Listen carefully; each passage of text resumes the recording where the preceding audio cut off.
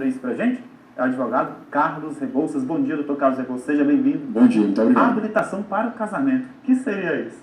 Bom, na verdade, toda pessoa que deseja legalizar a situação matrimonial, perante o Estado, ela deve habilitar-se, em um cartório de registro civil de pessoas naturais, o cartório de registro, onde ela vai lá no cartório, juntamente com os pretendentes, o casamento, juntamente com duas testemunhas, ela requerer essa habilitação.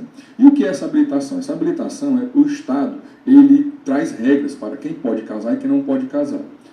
Então, essa habilitação é para evitar, por exemplo, que pessoas já casadas venham a casar novamente, que estejam ainda casadas, que venham a casar. É evitar que pessoas, por exemplo, você sabe que todo mundo fala que casa-se com a cunhada para economizar a sogra, não é uma brincadeira popular que se faz. Por que isso? Mas tem um fundo jurídico. É porque sogra é o vínculo que não se dissolve com o divórcio. Sogra é para sempre. Então, se você casar a primeira vez, você tem uma sogra. Se você casar a segunda vez, você tem duas sogras. E assim por diante. Então, por exemplo, você não vai poder jamais separar-se e casar com a sua sogra. É um impedimento total, não pode. Então, a habilitação para o casamento é exatamente para verificar qual a idade da pessoa, se ela está na idade núbio, na idade que pode casar-se, segundo o direito brasileiro, se ela tem algum impedimento para o casamento, E aí você vai ao cartório, registro de pessoas naturais, e vai, durante 15 dias, haver esses proclames, que serão publicados no jornal de circulação, afixados na parede do cartório, para que alguma pessoa que tenha conhecimento sobre algum impedimento possa ir até ali comunicar ao oficial do registro. E essa habilitação, ela tem uma data de validade?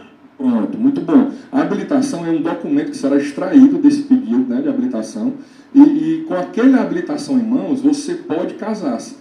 O prazo é de 90 dias, e esse prazo é improrrogável. Então, por exemplo, primeiro vamos deixar claro o seguinte, não é obrigado você casar no mesmo cartório onde você requeriu a habilitação.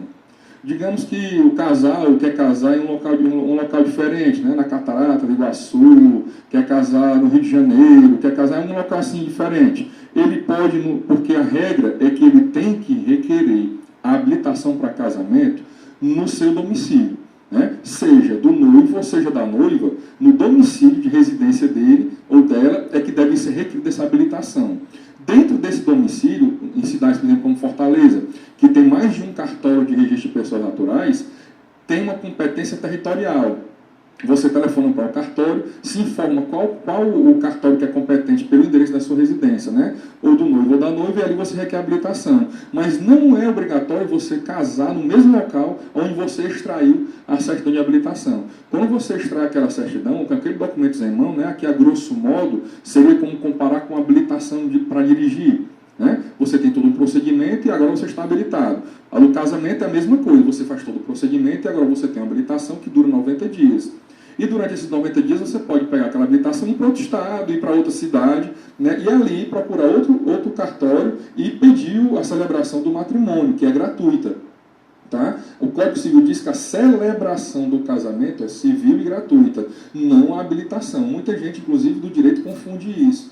Pensa que é tudo gratuito. Não. A celebração é gratuita. A habilitação, o edital e a extração da primeira certidão de casamento, aquilo é pago, salvo se a pessoa fizer uma declaração de pobreza, apresentar aquilo junto ao cartório do ofício, e aí sim, o Estado garante, no caso de pobreza comprovada, que será tudo gratuito. E, doutor Carlos Rebouças, na elaboração dessa habilitação para o casamento, o que é levado em consideração no procedimento? Bom, é levado em consideração as condições pessoais, Por exemplo, primeiramente, quem pode casar? Quem pode casar são as pessoas, em regra, maiores de 16 anos, que é a idade núbio no Brasil, a idade matrimonial. Entre 16 anos e 17, ou 18 incompleto, como se diz, você teria que ter uma autorização dos pais. Então, no caso da falta dessa autorização, digamos que um adolescente ou uma adolescente apaixonou-se e quer casar. E ali o pai não dá autorização. E aí, ela não vai poder casar? Vai.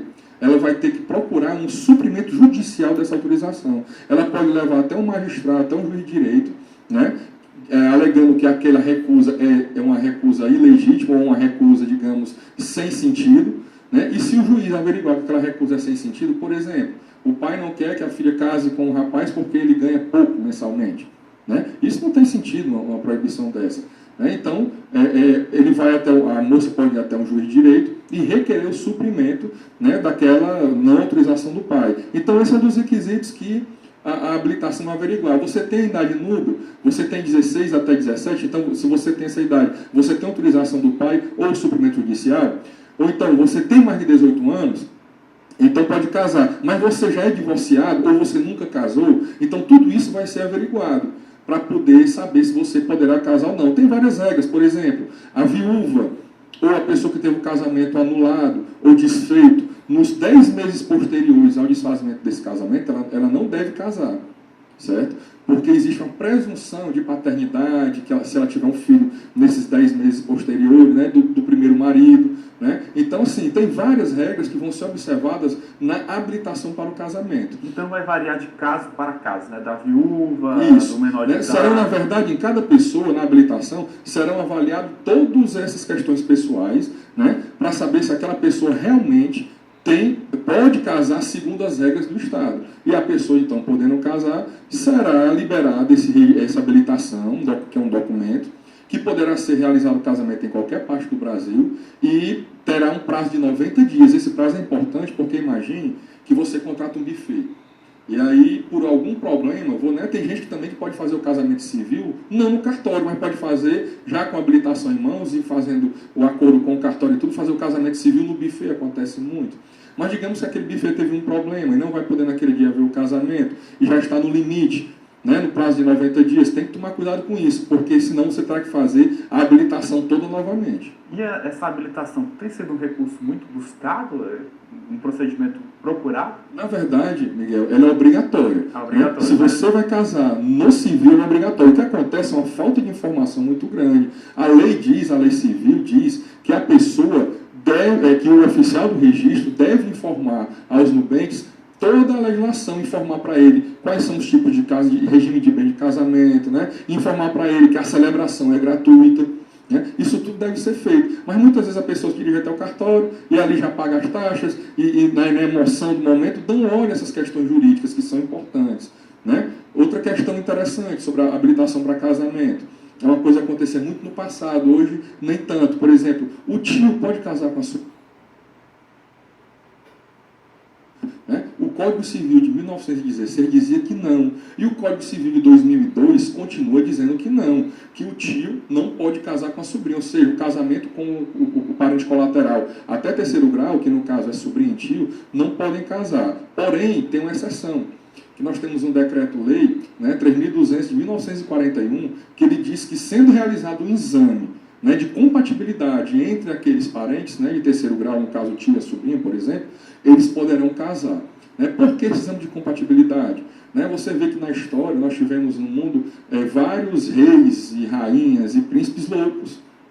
Pessoas reconhecidamente, né, com atitudes de loucos. Por que acontecia muito isso? Eram parentes próximos, às vezes até irmão com irmã, tinham filhos que eram príncipes, que eram reis. Então, parentesco muito próximo, ele tem a probabilidade muito grande de ter um defeito genético ou até psíquico, que é o mais comum. Né? Então, esse exame ele é exigido para que um tio possa casar com a sobrinha ou uma tia com o sobrinho, para que diga que está tudo ok e pode casar. E isso é levado até o oficial de registro, né, de pessoas naturais, na habilitação, e ali vai correr todos os proclames, né, nos 15 dias, e depois será extraída a certidão de habilitação. Então veja que toda pessoa que quer casar, que quer legalizar a sua situação no registro civil, obrigatoriamente ela tem que habilitar-se e tem que extrair esse documento de habilitação no casamento para poder contrair matrimônio. Olha só, perfeito. Aí o Dr. Carlos Rebouças tirou as nossas dúvidas sobre a habilitação para o casamento, que é um documento obrigatório, um quem quiser casar para quem no quiser civil, né, casar, casamento não é só civil chegar na obrigatório. igreja e assinar os papeladazão, né, Dr. Carlos Rebouças? Exatamente.